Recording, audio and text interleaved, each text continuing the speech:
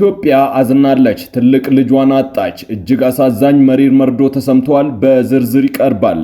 በኬንያ የሚገኙ ኢትዮጵያውያን ዘር ተኮር ጭፍጨፋ ሊፈጸምብን ዝግጅት እየተደረገ ነው፣ ድረሱልን እያሉ ነው። ከናይሮቢ ሰበር መረጃ ይዘናል።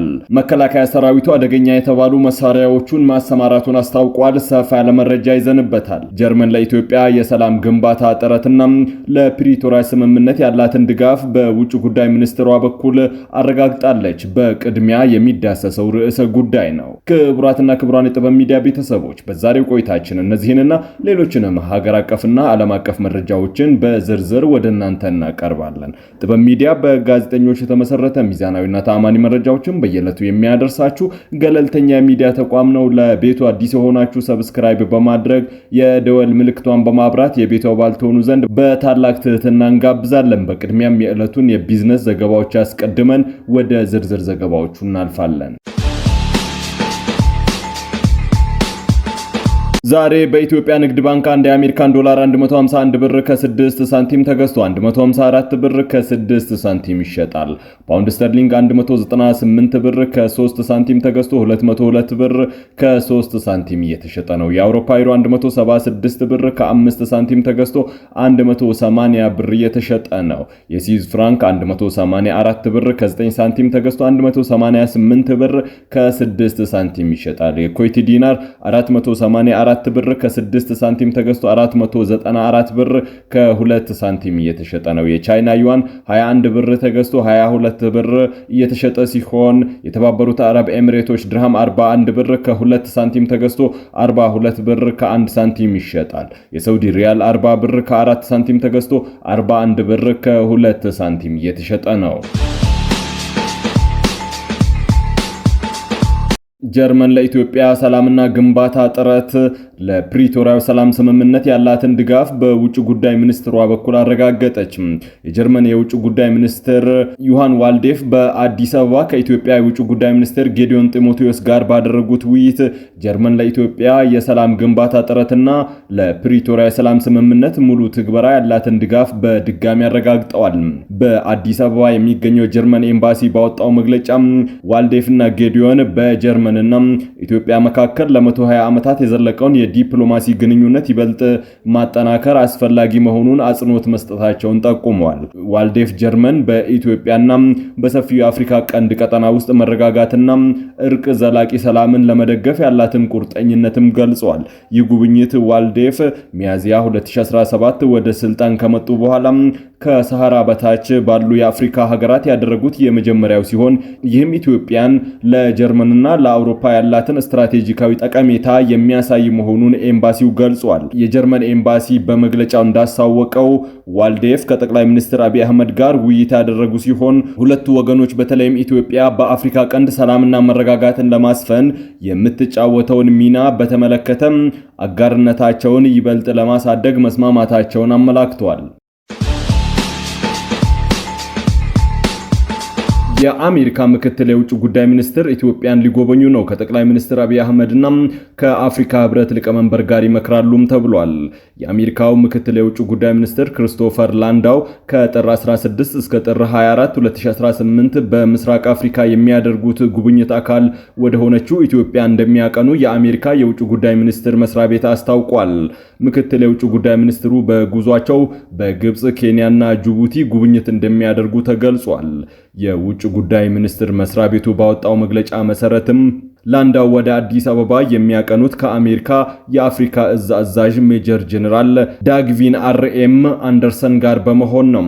በአዲስ አበባ ቆይታቸው አሜሪካ ከኢትዮጵያ መንግስት እና ግሉ ዘርፍ ጋር ያላትን የንግድ ግንኙነት ይበልጥ ማሳደግ በምትችልባቸው እድሎች ላይ በትኩረት እንደሚወያዩ ይጠበቃል።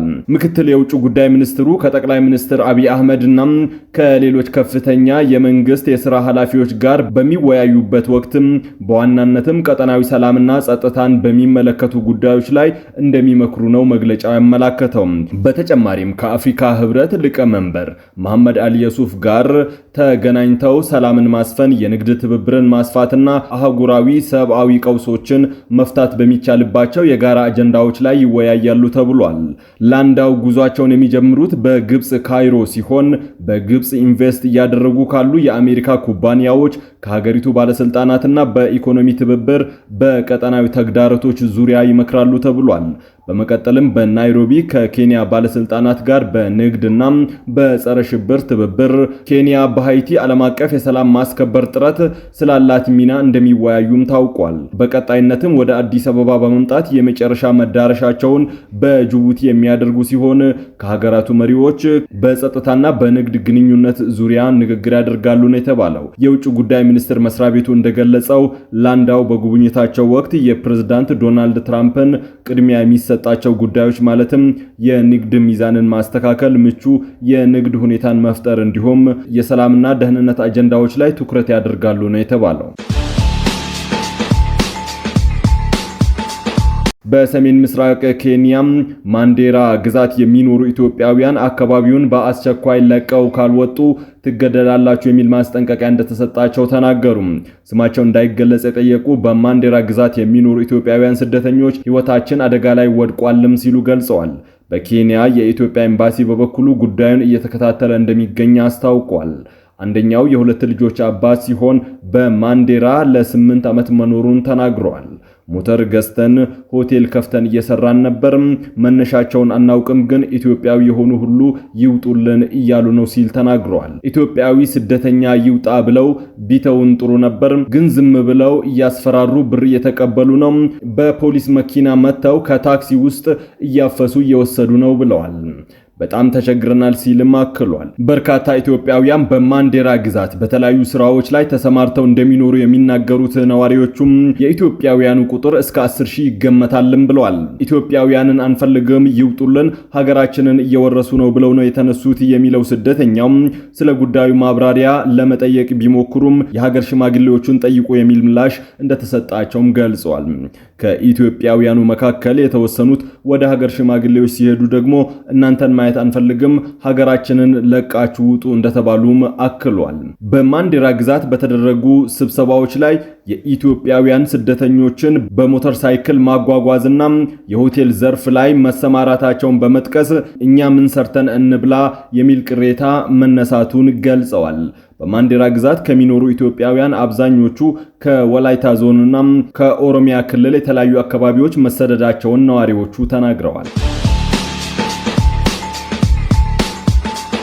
8 የፖለቲካ ፓርቲዎች የሰባተኛው ሀገራዊ ምርጫ ምዝገባ ሂደት እንዳሳሰባቸው ገለጹ።